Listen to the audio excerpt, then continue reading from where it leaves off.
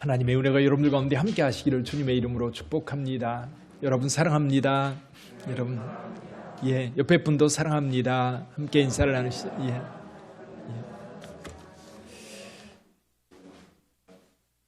참 좋은 계절에 저와 여러분들이 살고 있습니다. 어디를 둘러봐도 꽃대거린 그런 시대입니다.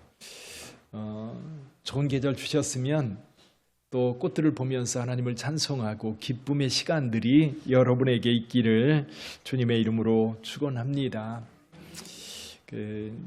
작년에 미 증권사였던 모건 스탠리에서 재밌는 조사를 해서 보고를 했어요. 뭐냐면 전 세계에 명품을 가장 많이 소비하는 나라가 어디일까? 1인당 명품 소비액이 얼마나 되나 조사를 했는데요. 우리나라 같은 경우 1인당 명품 소비액이 325달러, 약 40만 원 정도 1인당. 저희들은 구경도 못 해봤는데 누가 쓰는지는 잘 모르겠는데 하여튼 우리 국민 전체가 약 40만 원 정도의 돈을 소비한다고 그래요. 명품을 사는데. 근데 미국 같은 경우는 미국은 280달러 정도여서 우리나라 돈으로 환산하면 34만 원 정도. 중국 같은 경우는 55달러, 약 6만 8천 원 정도라고 합니다. 우리나라에서 명품이 잘 팔리는 이유가 뭘까? 아마 대충 미루어 짐작해도 또 수긍이 가는 대목이기도 합니다. 얼마 전에 어쩌다 어른이라고 하는 강의를 잠깐 들을 기회가 있었습니다. 근데 그 내용이 뭐냐면 일본과 우리나라를 비교하는 거예요. 근데 비교하는 제목이 뭐냐면 일본은 피면 죽는 사회, 우리나라는 튀어야 사는 사회. 그렇죠? 일본에서는 튀면 죽는 사회라고 그래요. 만약에 튀면 이지메, 즉 왕따를 당해서 사회에서 완전히 매장이 되는 그런 사회가 일본 사회라고 한다면 우리나라는 어떻게든지 튀어야 되는 거예요. 어떻게든지 나를 드러내서 사람들의 주목을 받지 않으면 못 사는 나라가 우리나라라고 합니다. 예를 들면 일본 같은 경우 아기를 낳으면 아기가 이제 처음으로 외출을 하는 시간이 있다고 그래요. 이것을 공원 대비라고 한답니다. 공원 대비. 그래서 아이를 유모차에 싣고 공원에 가면 아기 엄마들이 이미 나와서 놀고 있는 거예요. 거기에 어떻게 참여하느냐에 따라서 그 동네에서 사람들과 아기 엄마들하고 친하게 지낼 수 있느냐 아니면 완전히 왕따를 당할 수 있느냐 기로에 서 있다고 합니다. 그래서 일본 엄마들은, 아기 엄마들은 이 공원 대비를 위해서 엄청 신경을 쓴다고 그래요. 일본 사람들은 아이들이 학교를 갈 때도 그렇고 공원에 갈 때도 그렇고 똑같은 다른 사람보다 튀면 안 되는 거예요. 옷도 그렇고요. 아기도 마찬가지고요. 그리고 아기들 장난감도 아이들하고 평균에 맞춰져야지 만약에 좋은 장난감을 가지고 가면 그것 때문에 외면당하는 거지요. 그러다 보니까 이제 공원에 갈 때에 엄청 신경 쓰게 되고 그래서 이 공원 대비를 위해서 이 엄마들이 어떻게 준비를 해야 되는지 어떻게 옷을 입어야 되는지 어떻게 아이를 갖고 해야 되는지 가서는 주변 사람들이 어떻게 아이에 대해서 물어봐야 되는지 그런 것까지 조목조목 정리가 된 책이 있다고 그래요. 그게 맞춰지지 않으면 왕따를 당할 수 있는 거지. 특히 요즘에 일본에 히키코모리인가요? 히키코모리라고 하는 말이 있는데 완전히 집안에 처박혀서 밖에 나오지 않는 사람들. 어제 인터넷 뉴스에 보니까 일본에 약 146만 명 정도나 된다고 그러더라고요. 근데 문제는 우리나라도 이게 못지않게 사람들이 이제 밖에 나오지 않고 집에만 처박혀 사는 사람들이 많아지고 있다는 거예요. 근데 놀라운 것은 서울에만 그런 사람들이 13만 명 정도 된다는 거예요. 그러니까 점점 이렇게 외톨이로 살아가는 사람들이 많아지는 그런 사회인 것 같아요. 그게 이제 주변 사람들과의 어떤 관계를 맺느냐 하는 게 문제가 되는 것 같아요. 일본에는 공원 대비라고 하는 게 있다고 한다면 우리나라에서는 학부모총회라고 하는 게 있다고 그래요. 초등학교 아이들이 들어가면 입학할 때는 정신이 없어서 아이들 챙겨주느라고 정신이 없는데 한 3주쯤 지나면 학부모총회를 한대요. 그래서 학부모님들을 다 모아서 학교에서 어떻게 아이들을 가르칠 거며 또 1년 어떻게 학교가 운영되는지 그런 것들을 설명하는 그런 자리인 거지요. 문제는 뭐냐면 거기 참석하는 엄마들 어떤 옷을 입고 가느냐 하는 거예요. 어떤 가방을 들고 가느냐 하는 거예요. 머리는 어떻게 하느냐. 그래서 그날 가서 엄마들끼리 이제 그룹이 형성되면 이제 아이들도 그 그룹으로 묶여지는 거예요. 어떤 엄마는 학부모 총회를 안 갔더니 아이가 며칠 있다 와가지고 뭐라고 얘기를 하냐면 엄마 나 축구부에 못 들었어. 그런 얘기를 하더라는 거예요. 알고 봤더니 그날 왔던 엄마들끼리 단톡방을 만들어가지고 아이들 축구팀을 만든 거예요. 이제 우리 아이도 축구를 잘하는데 하고 싶은데 안 껴준다는 거예요. 그때 참여하지 않은 거에 대해서 후회를 하는 거지. 그래서 어떤 엄마들은요, 학부모총회 가기 두세 달 전부터 그 마사지 샵에 가서 피부 관리를 한다고 그래요. 그리고 무슨 옷을 입을 것인가 준비하고 아니면 뭐 좋은 백이 없으면 그날 하루 명품백 빌리는 거예요. 그래서 이제 팔에 걸고 가는 거지. 이제 그때 다른 엄마들한테 어떻게 보이느냐라고 하는 게 문제인 거지.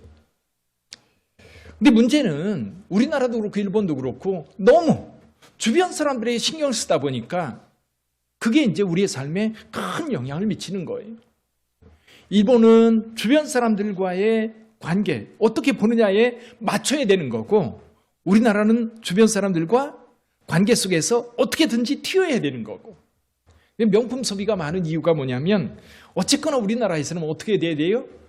튀어야 되는 거예요. 이게 무슨 얘기냐면 다른 사람이 나를 어떻게 보느냐라고 하는 게 우리의 삶을 규정하는 그런 일이 되어버리고 말았어요. 근데 오늘 본문의 말씀을 통해서도 그 얘기를 좀 함께 생각해 봤으면 좋겠어요. 이번 주 특별 새벽 기도 기간 우리가 그 주제를 이렇게 잡았습니다. 주님과 함께 그곳에, 주님과 함께 그곳에. 주님이 있는 그곳에 우리가 함께 있다. 그렇다면 오늘 종려주일 예수께서 예루살렘 성에 입성하는 그 장면 속에 저와 여러분들이 함께하고 있다면 무엇을 봐야 될까? 무엇을 봐야 될까? 자, 오늘 본문의 말씀 우리가 잘 알고 있는 대로 예수님께서 이제 갈릴리 사역을 다 마치고 이제 예루살렘을 향해서 올라가십니다. 여리고를 지나 이제 고개 하나 넘으면 예루살렘이에요. 근데 예수님께서 벳바게에 이르렀을 때 제자들 두 사람을 보내면서 이렇게 말합니다. 건너편 마을로 가면 거기에 매어 있는 나귀를 보게 될 것이다. 나귀 새끼가 함께 있을 텐데 그것을 풀어 끌고 오라. 만약에 누가 왜 그것을 풀어 끌고 가느냐라고 묻거든 주께서 쓰시겠다 하라. 그러면 보낼 거다. 그래서 두 제자가 가서 예수님 말씀대로 가서 보니까 나귀가 있어요. 풀어서 끌고 왔습니다. 그리고 나귀 등에 자신의 옷을 벗어서 얹자 예수께서 거기에 타십니다. 그리고 예수님과 제자들이 예루살렘 성을 향해서 감람산을 넘어갑니다. 그때 많은 사람들이 몰려와서 그들 옷을 벗어서 예수님의 가는 길에 깝니다. 그리고 나무가지를 꺾어서 같이 깔면서 그들이 소리를 지르면서 예수님을 찬양합니다. 호산나 다윗의 자손이여 찬송하리로다. 주의 이름으로 오시는 이여 가장 높은 곳에서 호산나. 그러면서 그 무리가 큰 소리로 찬양하면서 행진을 이루어 예루살렘 성까지 들어갑니다. 예루살렘이 이 일로 인하여 소동이 났다고 그랬어요. 여기 보니까 예수께서 예루살렘에 들어가시니 온 성이 소동하여 이르되 이가 누구냐? 사람들이 말합니다. 갈릴리 나사렛에서 나온 선지자 예수니라. 자, 오늘 저와 여러분들이 그 자리에 있다면 먼저 우리가 봐야 될 게 뭘까요? 예수님의 모습이지요. 예수님의 제자들은 갈릴리로부터 예수님을 따라 지금 여기까지 왔습니다. 지금 예수님께서 나귀 타고 가시지만 그 모습은 뭐냐면 왕으로 지금 하나님의 도성 예루살렘에 입성하는 거예요. 대관식을 위해서 가는 거지요. 대관식을 위해서 지금 예루살렘 성에 입성하는데 그 모습이 너무 초라해요. 우스꽝스러워요. 나귀를 타고 있는 모습, 그 모습이 웃기기도 하고요. 근데 많은 사람들은 그 모습을 보면서 호산나를 외치며 찬양합니다. 자, 예수님이 누굽니까? 예수님은 하나님의 아들입니다. 예수님은 메시아입니다. 예수님은 하나님께로부터 온 자예요. 성경은 예수께서 하나님과 연결되어 있다고 하는 것을 여러 가지로 말씀해 주고 계세요. 예수님 누굽니까? 하나님의 아들이고 그리스도요 메시아인데 그 증거가 뭐예요? 첫 번째로 우리가 찾을 수 있는 것이 예수께서 행하신 일들이에요. 예수께서 행하신 사건들이에요. 그 사건들을 통해서 예수가 하나님께로부터 왔다는 것을 증거하고 있어요. 가나에서는 물로 포도주를 만들었습니다. 그런 일이 없었어요. 어떻게 물을 떠다 부었는데 그것이 잠시 후에 떠보니까 포도주가 됩니까? 또 예수께서 갈릴리 바다 걸어가십니다. 그리고 파도와 바람도 잔잔케 하셨던 분입니다. 예루살렘 베데스다 못가에 38년 동안 병들어 있었던 병자가 예수님의 말 한마디에 고침을 받았어요. 자기가 누워있던 매트를 들고 걸어갑니다. 나면서부터 소경된 자의 눈을 뜨게 하셨어요. 여기 벳바게에서 가까운 베단이라고 하는 마을에서는 죽은 지 나흘이나 된 나사로를 살리는 사건도 있었습니다. 누가 이런 사건을 일으킬 수 있어? 어디에서 이런 사건을 볼 수 있어? 예수께서 일으킨 이 사건들을 통해서 사람들은 하나님께 영광 돌렸고 예수님을 통해서 하나님을 볼 수 있었던 겁니다. 뿐만 아니라 예수님께서는 자기가 친히 하나님의 아들임을, 하나님께로부터 왔음을 사람들에게 말합니다. 수가성의 여인이 그런 질문을 하지요. 그리스도께서 오시면 그가 우리에게 이 모든 것을 얘기해 줄 거다라고 말할 때 예수께서 뭐라고 대답하셔요? 그가 바로 나다. 그가 바로 나라는 거예요.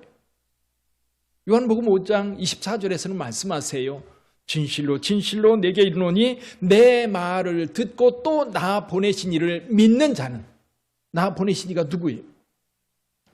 하나님이세요. 빌립이 예수님께 이렇게 질문했던 적이 있습니다. 예수님, 우리에게 아버지를 좀 보여주십시오. 예수님께서 깜짝 놀라면서 말씀합니다. 나를 본 자는 아버지를 보았거늘 어떻게 또 아버지를 보여달라 하느냐. 나와 아버지는 하나다라고 말씀하셨어요. 그뿐이 아닙니다. 오늘 본문의 말씀에서도 예수께서 나귀 타고 가시는 그 모습 어디에 나와 있어요? 스가랴서 9장 9절에 이미 선지자를 통해서 예언된 하나님의 말씀에 나와 있는 내용이었어요. 그러니까 예수께서 행하는 그 사건 속에 예수께서 하나님께로부터 온 사람이라고 하는 것, 예수께서 친히 자기가 자신을 증거하면서 내가 바로 아버지께로부터 온 하나님의 아들이라고 하는 것 뿐만 아니라 성경에서 그것을 또한 증거해주고 있어요. 요즘에는 문선명이, 이만희가, 그리고 안상홍이, 그리고 정명석이 자신들이 메시아요, 또 다시 올 그리스도요, 또 마지막에 광명성이요, 그런 얘기를 하면서 그들이 메시아라고 이야기하지만 근거가 없어요. 근데 참 잘 속아 넘어가요. 근데 왜 진짜는 보지 못하는지 잘 모르겠어요. 자, 분명하게 예수께서 하나님의 아들 되심. 그래서 예수님의 제자들은 예수님을 만나고 난 다음에 예수께서 메시아라고 하는 확신이 드니까 다 버리고, 여러분 가족도, 그리고 그 삶의 현장도, 물고기도, 그리고 그물도 배도 다 버리고 예수님을 따랐었어요. 왜냐하면 그가 바로 하나님의 아들 메시아라고 하는 확신이 들었기 때문입니다. 그리고 오늘 환호하는 사람들도 그거예요. 예수께서 하나님의 아들 메시아라고 하는 것을 확신하기 때문에 찬송하며 그를 따르고 있는 겁니다. 자, 저와 여러분들이 그 자리에 있다면 뭘 봐야 될까요? 우리는 자연스럽게 그 사람들의 환호에 마음이 끌릴 거예요. 자연스럽게 거기에 끌려갈 거예요. 근데 우리는요, 예수 그리스도를 보아야 합니다. 예수님의 얼굴이 어땠을까? 제자들은 그랬을 것 같아요. 제자들은 예수님의 뒤를 따르면서 군중들이 외치는 그 소리에 환호하면서 손을 들면서 화답했을 겁니다. 근데 제가 생각할 때는 예수님은요, 얼굴이 많이 굳은 상태로 예루살렘을 향해서 올라가고 계셨을 것 같아요. 예수님의 길은 환호받는 길이 아니었어요. 예수님이 가시는 그 길은 죽음의 길이었어요. 예수님께서 가시는 그 길은 하나님께서 그에게 부여한 사명을 완수하는 그 길이었어요. 우리는 사실 쉽게 사람들의 환호에 마음을 뺏기고 그것 때문에 우리가 가던 길을 제대로 가지 못하고 샛길로 빠질 때가 참 많아요. 주님께서 저와 여러분들을 불러 나를 통해서 이루실 하나님의 목적이 있어요. 하나님의 사명이 있어요. 그것을 우리는 성취해야 되는데, 그 길을 따라가야 되는데, 그러려면 예수님처럼 가야 돼요. 예수님의 모습 어떻습니까? 아마도 왕으로 오셨다면 화려하게 장식한 말 타고, 그리고 무무백관을 거느리고 당당하게 예루살렘 성에 입성하는 그 당당한 모습을 보여야 했을 거예요. 세상은 그래요. 그래서 권위를 세워야만 사람들이 자기를 존경할 거라고 그렇게 생각을 합니다. 그러나 하나님의 아들 예수께서는 그게 목적이 아니었어요. 그의 목적은 뭡니까? 우리의 죄를 위하여 십자가에서 죽으시는, 십자가 사건이 바로 대관식이었던 거예요. 그 사건을 위해서 예수님은 지금 그 길을 묵묵히 가고 계신 거예요. 오히려 겸손하게 만왕의 왕으로 오신 그분이 가장 낮은 곳에서 이 어린 나귀를 타고 지금 가고 계신 겁니다. 근데요, 자칫 잘못하면 저와 여러분들이 이 군중들의 환호 속에 빠져들 수가 있어요. 저희들이 대학에 다닐 때 80년대지요. 그때는 이 군중들의 환호를 받던 사람들이 누구였느냐면 정치인들이었어요. 그렇죠? 여의도 왜 100만 명씩 모아놓고 이 정치 집회를 하던 그때. 근데 요즘에는 정치 집회에 별로 관심이 없는 것 같아요. 요즘에는 어때요? 요즘에는 아이돌 그룹이 콘서트를 열면 정말 사람들이 메어 터지도록 몰려들어서 떼창을 하는 그런 광경을 목격하게 됩니다. 근데 여러분, 이 가수들이나 탤런트들이 그런 환호에 화답하면서 그리고 그런 분위기를 만들어 갑니다. 근데 오늘날 교회도 덩달아 그런 모습을 따라가고 있는 건 아닌지 걱정이 되고 또 염려가 돼요. 오히려 교회들도 많은 사람들이 환호하는, 많은 사람들이 기뻐하며 찬양하는, 근데 그 찬양이 하나님을 찬양하는 것이 아니라 그 교회를, 그리고 그 교회의 시스템을, 그 교회의 모습을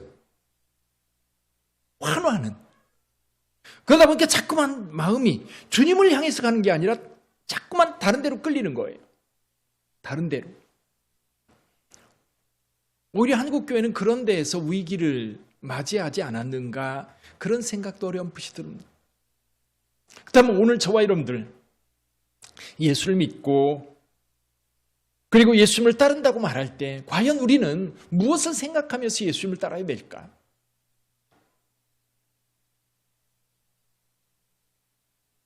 예수님이 가셨던 그 길을 우리가 따라가야 된다면 어떤 마음으로 따라가야 될까? 저는 예수께서 가셨던 그 길 끝에 십자가가 있어요. 예수님은 그 십자가를 외면하지 않고 끝까지 그 길을 따라갑니다. 많은 사람들이 환호하고 있을 때에 거기에 마음을 쏟지 않습니다.